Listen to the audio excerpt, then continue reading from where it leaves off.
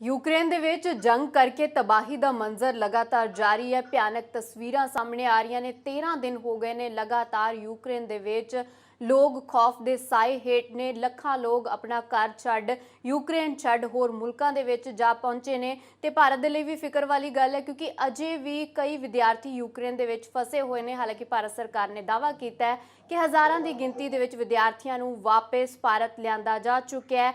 Ukraine ਦੇ ਵਿੱਚ ਕਿਹੋ ਜਿਹੇ ਹਾਲਾਤ ਨੇ, ਖਾਸ ਕਰਕੇ ਕੀਵ ਜੋ ਯੂਕਰੇਨ ਦੀ ਰਾਜਧਾਨੀ ਹੈ ਜਿੱਥੇ ਲਗਾਤਾਰ ਰੂਸ ਦੇ ਵੱਲੋਂ ਹਮਲੇ ਕੀਤੇ ਜਾ ਰਹੇ ਨੇ, ਉੱਥੇ ਕਿਹੋ ਜਿਹੀ ਸਥਿਤੀ ਹੈ, ਇਹ ਜਾਣਨ ਦੇ ਲਈ ਅਸੀਂ ਗੱਲਬਾਤ ਕਰਾਂਗੇ ਉਦੇ ਸਿੰਘ ਦੇ ਨਾਲ ਜੋ ਵਿਦਿਆਰਥੀ ਨੇ ਯੂਕਰੇਨ ਦੇ ਵਿੱਚ ਪੜ੍ਹਾਈ ਕਰਨ ਦੇ ਲਈ ਗਏ ਸਨ ਪਰ ਹੁਣ ਉੱਥੋਂ ਵਾਪਸ ਪਰਤ ਚੁੱਕੇ ਨੇ ਤੇ ਏਬੀਪੀ ਸਾਂਝਾ ਦੇ ਨਾਲ ਜੁੜੇ ਨੇ।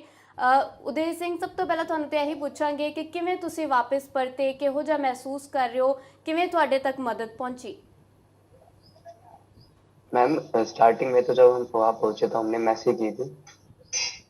तब तक तो हालात वहाँ के बिल्कुल ठीक थे, लेकिन फरवरी में जैसे 23-24 तारीख तक हमें भी लग रहा था कि कुछ भी हो सकता है, तो हमने भी यूनिवर्सिटी से थोड़ी मदद मांगने की कोशिश की।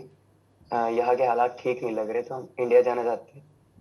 तो यूनिवर्सिटी ने हमें यह आश्वासन दिया कि ऐसा तो यूक्रेन और रशिया के बीच में होता रहता है, तो आप अपनी पढ़ाई पे फोकस कीजिए।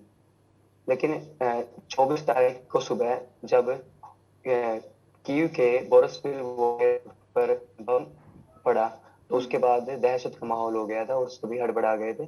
तो तभी हमें मैसेजेस आए कि आप बंकर में छुप जाइए। बिल्कुल। तब आप कहाँ पे थे जब ये बमबारी शुरू हुई, जब अटैक हुआ, तो आप कहाँ पे थे उस वक्त? कहाँ थे, कितनी दूर थे आप जब हमला हुआ, कैसी स्थिति हो गई थी वहां पे? मैम मैं हॉस्टल में था उस टाइम पे। मैं और मेरे बहुत सारे साथी भी हॉस्टल में ही थे। हम आराम कर रहे थे तभी एकदम मैसेज आता है कि वहां पर बम पड़ा है, तो एकदम जग गए और सभी हड़बड़ा गए। और फिर बाकी जो अथॉरिटीज थे, यूनिवर्सिटी वाले थे और जो बाकी थे, उन्होंने कहा कि यहाँ पर कुछ भी हो सकता है तो आप बंकरों में जाइए। तो आपने कितने दिन बंकर में रुके आप? तब कैसे हालात थे, कैसा आपने महसूस किया? डर भी आपको लगा होगा क्योंकि हालात एकदम से बिगड़ गए थे। तो फिर आपने किससे बात की कि वापस भारत ले जाया जाए? कैसे कैसे हालात बन गए थे तब? हालात तो बिल्कुल डरावने बन चुके थे, तो हमने भी यूनिवर्सिटी से भी कंटेक्ट करने की कोशिश की और फिर एम्बेसी से भी कंटेक्ट करने की कोशिश की कि हम जल्द से जल्द निकलना चाहते हैं। और जो बंकरों का माहौल था वो बिल्कुल गंदा था क्योंकि वहाँ पर सब बिल्कुल टूटी हुई दीवारें थी और बिल्कुल गंद सा पड़ा हुआ था। लेकिन हमने वहाँ पर 5 दिन सर्वाइव किया है, जिसमें हमारे पास कुछ 2-3 दिन तो हमारे पास खाना बचा हुआ था, लेकिन बाकी 2-3 दिन के लिए हमारे पास खाना नहीं था। तो हमने आप पानी पिया और कुछ थोड़ा बहुत खा के अपना टाइम स्पेंड किया। तो आप ये 5 दिन जो बंकर में रहे, तो आप यूक्रेन की राजधानी कीव में बंकर में छुपे हुए थे जब जंग चल रही थी? जी मैम। मैम वो हमारे हॉस्टल के नीचे ही बना हुआ था। हॉस्टल नंबर 7 है जो इंडियन हॉस्टल है, उसके अंडरग्राउंड में ही हॉस्टल बंकर बना हुआ था, वही थे। तो फिर आप किस इस वक्त आपके उस वक्त जब आप निकले थे तो आपके साथ कितने लोग थे? आप पढ़ाई करने जब वहाँ गए थे, यूनिवर्सिटी के स्टूडेंट्स आपके साथ होंगे, तो कितने लोग थे जो इंडियन थे आपके साथ जो निकल रहे थे वहाँ से? मैम बेसिकली हम सभी इंडियन ही निकल रहे थे। हम्म। हमारा ग्रुप था, जैसे हमारे सीनियर्स भी थे, हम साथ में लगभग 50-100 बच्चे थे। ओके। बाकी कुछ बच्चे अलग हो गए थे, तो हमारा जो लास्ट में ग्रुप बचा था वो 25 बच्चों तक का बचा था। लेकिन हम सभी एक साथ रहे और हमने फिर बिल्कुल सही से बॉर्डर भी क्रॉस किया। तो वो जो सभी बच्चे थे, जो 100 बच्चों की आप बात कर रहे हो, वो सभी के सभी भारत पहुंच चुके हैं? आप कह रहे हैं कुछ अलग भी हो गए थे आपसे? जी मैम। मैंने भी अपने कुछ दोस्तों से भी बात की थी और वो भी सभी इंडिया पहुंच चुके हैं। तो अभी आप जानते हो आपका कोई दोस्त, आपका कोई साथी अभी भी यूक्रेन में फंसा हो कहीं? क्योंकि अभी भी बहुत बड़ी गिनती में जो स्टूडेंट्स हैं वो सूमी में या फिर यूक्रेन के कई और शहरों में फंसे हुए हैं। तो आप जानते हो किसी को जो आपका दोस्त या साथी हो अभी भी वहाँ पे हो? मैम ज्यादातर मेरे सारे दोस्त तो इंडिया आ चुके हैं, लेकिन उनके भी कुछ जो कॉन्टेक्ट्स में थे शायद से वो वहाँ पर रहते हैं अभी तक। तो कुछ तो पोलैंड बॉर्डर पे हैं, अलग अलग बॉर्डर्स पे हैं, और अभी तक का पता नहीं चल रहा है कि बहुत सारे बच्चे शायद से कीव में, खार्किव में, इन जगह पर भी फंसे हुए हैं। बिल्कुल। तो अगर आपसे ये जानें कि जब वहाँ पे बमबारी हो रही थी, गोलीबारी हो रही थी, अटैक हो गया अचानक से, तो कैसे हालात थे? वहाँ के लोग क्या करने लगे तब? कैसे हालात बन गए थे? शुरू-शुरू में जब अटैक हुआ तब तो तब कैसे हालात थे? और अब जब वापस आए, तब आपने क्या महसूस किया? इतने साल आप वहाँ पे जो रहे? मैम जब स्टार्टिंग में गए थे तब तो बिल्कुल सही माहौल था, लेकिन जब से वो बमबारी हुई थी, एयरपोर्ट से स्टार्टिंग हुई थी, तब मैम एकदम ही माहौल चेंज हो गया, दहशत का माहौल हो गया था। सभी डरे हुए थे, इधर से उधर भाग रहे थे और सभी प्रेफर कर रहे थे आप जहां भी हो वहीं पर रहो, घर से बाहर भी मत निकलो, अपनी सेफ्टी को प्रेफर करो। हम भी देख रहे थे, जैसे हमारे साथी थे जो हमारे साथ हॉस्टल में थे, वो भी घबरा गए थे और वो भी जैसे बंकरों में जाने लगे थे। बिल्कुल। तो एकदम ऐसे बिहेवियर और उनका जैसे रहन सहन था, वो सारा बिल्कुल डिस्टर्ब हो गया था बमबारी की वजह से। तो हम आपसे ये भी जानना चाहेंगे कि आप यूक्रेन कब गए थे और कौन-सी पढ़ाई करने के लिए गए थे?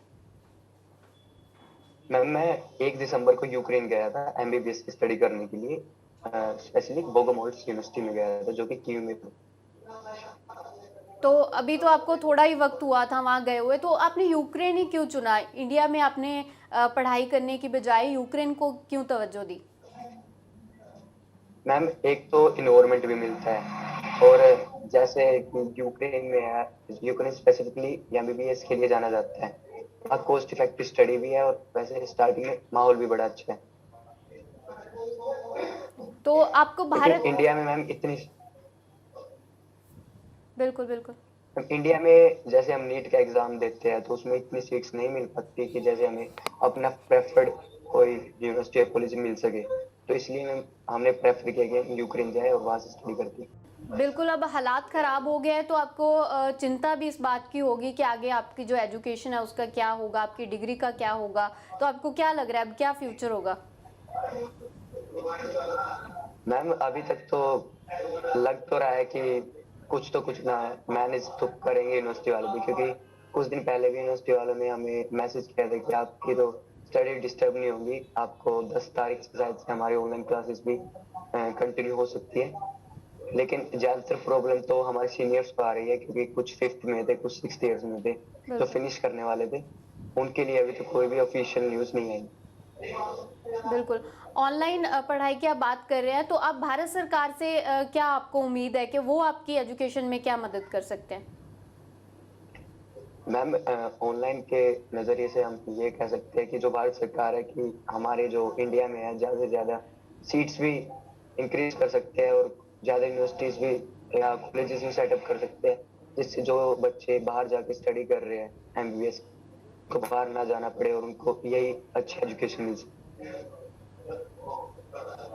बिल्कुल। तो आपने बताया कि वहाँ पे जो हालात है ख़राब हो गए, तो अब आप कुछ महीने पहले ही गए थे, तब तब की स्थिति कैसी थी? तब वहाँ पे हालात कैसे थे? तब लगता था कि ऐसा कुछ हो सकता है, वॉर शुरू हो सकती है, तब बातें होती थी या फिर अचानक से ये सब कुछ हो गया? नहीं मैम स्टार्टिंग में तो माहौल बिल्कुल शांत था, सब बिल्कुल ठीक थे और जैसे जो यूक्रेनियन भी थे वो भी बिल्कुल आराम से अपना काम कर रहे थे। स्टार्टिंग में किसी को नहीं लगा कि ऐसा भी हो सकता है। ये बस जैसे फरवरी के हम 20-21 तारीख को आए तो ऐसी न्यूज आने लगी कि यहाँ पे कुछ भी हो सकता है, वो भी हो सकता है, तो ये सब अचानक ही हुआ है। तो भारत सरकार की तरफ से पहले आपको कोई एडवाइजरी दी गई थी वॉर शुरू होने से पहले कि हालात शायद ख़राब हो सकते हैं, आप भारत वापस आ जाएँ? मैम बहुत सारे बच्चे तो प्लान कर रहे थे बाहर जाने की, लेकिन स्टार्टिंग में एडवाइजरी एम्बेसी की तरफ से आई थी कि ऐसे कोई सिचुएशन नहीं है कि वॉर हो सकती है, तो आप वही रहिए, अपनी स्टडी को कंटिन्यू कीजिए और जो भी अपडेट्स होंगी वो आपको मिलते रहेंगे। बिल्कुल। तो अब आप वापस आ गए हैं, तो जो ऑपरेशन गंगा चलाया था भारत सरकार ने, तो आपको क्या लगता है उसके तहत जो विद्यार्थी वहाँ पे हैं, जो स्टूडेंट्स हैं, उन उन तक मदद पूरी तरह से पहुँच रही है या देर हुई है?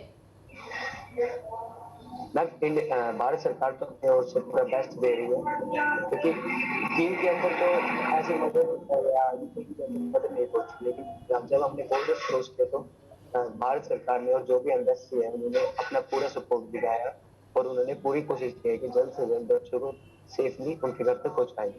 बिल्कुल, बहुत बहुत शुक्रिया उदय हमारे साथ बात करने के लिए। उम्मीद यही ਕਰਦੇ ਹਾਂ ਕਿ ਜਿਵੇਂ ਉदय ਵਾਪਸ ਪਰਤੇ ਨੇ ਭਾਰਤ, ਉਵੇਂ ਹੀ ਜੋ ਹੋਰ ਵਿਦਿਆਰਥੀ ਯੂਕਰੇਨ ਦੇ ਵਿੱਚ ਫਸੇ ਹੋਏ ਨੇ, ਜੋ ਮਾੜੇ ਹਾਲਾਤਾਂ ਦੇ ਵਿੱਚੋਂ ਲੰਘ ਰਹੇ ਨੇ, ਉਹ ਵੀ ਜਲਦ ਤੋਂ ਜਲਦ ਭਾਰਤ ਵਾਪਸ ਆਉਣ। ਭਾਰਤ ਸਰਕਾਰ ਨੂੰ ਮਦਦ ਦੀ ਗੁਹਾਰ ਵੀ ਅਜਿਹੇ ਵਿਦਿਆਰਥੀ ਲਗਾਤਾਰ ਲਾ ਰਹੇ ਨੇ ਤੇ ABP ਸਾਂਝਾ ਵੀ ਲਗਾਤਾਰ ਉਹਨਾਂ ਵਿਦਿਆਰਥੀਆਂ ਦੇ ਨਾਲ ਵੀ ਗੱਲ ਕਰ ਰਿਹਾ ਹੈ ਜੋ ਯੂਕਰੇਨ ਦੇ ਵਿੱਚ ਮੌਜੂਦ ਨੇ, ਜੋ ਆਪਣੇ ਹਾਲਾਤ ਬਿਆਨ ਕਰ ਰਹੇ ਨੇ ਤੇ ਜੋ ਵਾਪਸ ਪਰਤ ਰਹੇ ਨੇ, ਉਹ ਕਿਹੜੀਆਂ ਔਕੜਾਂ ਚੋਂ ਲੰਘੇ, ਉਹਨਾਂ ਨੂੰ ਕਿਵੇਂ ਮਦਦ ਮਿਲੀ, ਉਹਨਾਂ ਵਿਦਿਆਰਥੀਆਂ ਦੇ ਨਾਲ ਵੀ ABP ਸਾਂਝਾ ਲਗਾਤਾਰ ਗੱਲਬਾਤ ਕਰ ਰਿਹਾ ਹੈ, ਹਾਲਾਤ ਉੱਥੋਂ ਦੇ ਜਾਣ ਰਿਹਾ। ਪਰ ਉਮੀਦ ਕਰਦੇ ਹਾਂ ਕਿ ਇਹ ਜੰਗ ਖਤਮ ਹੋਏਗੀ ਅਤੇ ਜੋ ਵੀ ਭਾਰਤੀ ਉੱਥੇ ਮौजूद ने उन्हें तक मदद एक बात और कहना चाहूंगा। बिल्कुल, बोलिए मैं ये भारत सरकार से गुहार करता हूँ कि जितने भी बच्चे अभी भी फंसे हुए हैं तो उनको जल्द से जल्द निकाला जाए और सेफली उनके घर तक पहुंचाया जाए। पंजाब ते पंजाबीयत दा परछावां, पंजाबी साडियां बावां। ABP साझा हुण देखो अपने टीवी स्क्रीन ते टाटा प्ले चैनल नंबर 1929 ते। ABP ਸਾਂਝਾ ਦੇਖਣ ਲਈ ਆਪਣੇ ਕੇਬਲ ਆਪਰੇਟਰ ਨੂੰ ਅੱਜ ਹੀ ਸੰਪਰਕ ਕਰੋ। ABP ਸਾਂਝਾ, ਜੋਸ਼, ਜਜ਼ਬਾ, ਜਨੂਨ।